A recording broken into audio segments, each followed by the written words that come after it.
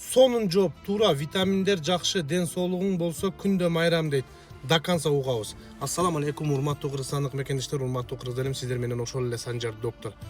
Мен комментарийлерди окуп чыгам.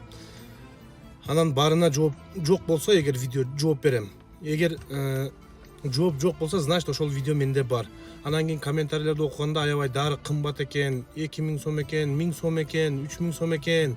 Туура, кээ биркиге акча, кээ биркиге акча эмес.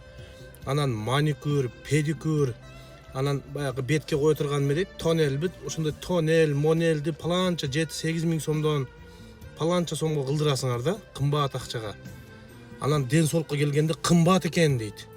Тойго бир көйнөк кийип барасыңар, тиги подушкама меники баягы бренд болуш керек, сонун болуш керек деп мындай сырткы нерсеге акчаны аябайсыңар. Анан ден соолукка келгенде кымбат экен, мындай экен.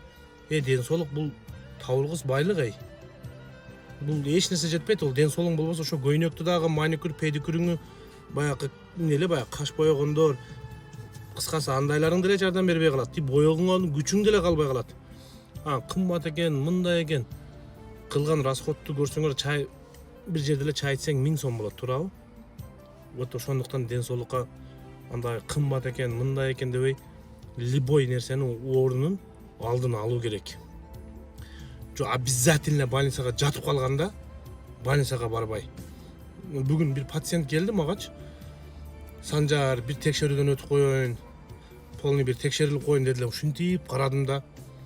Чындан айтасызбы десем, ооба дейт. Коюң эже дедим, мен дагы тамашалашым. Эмне кыласыз? Ооруп жатып калганда, баса албай калганда келесиз десем, күлөт. Эртең жазып берем, эртең дагы келет.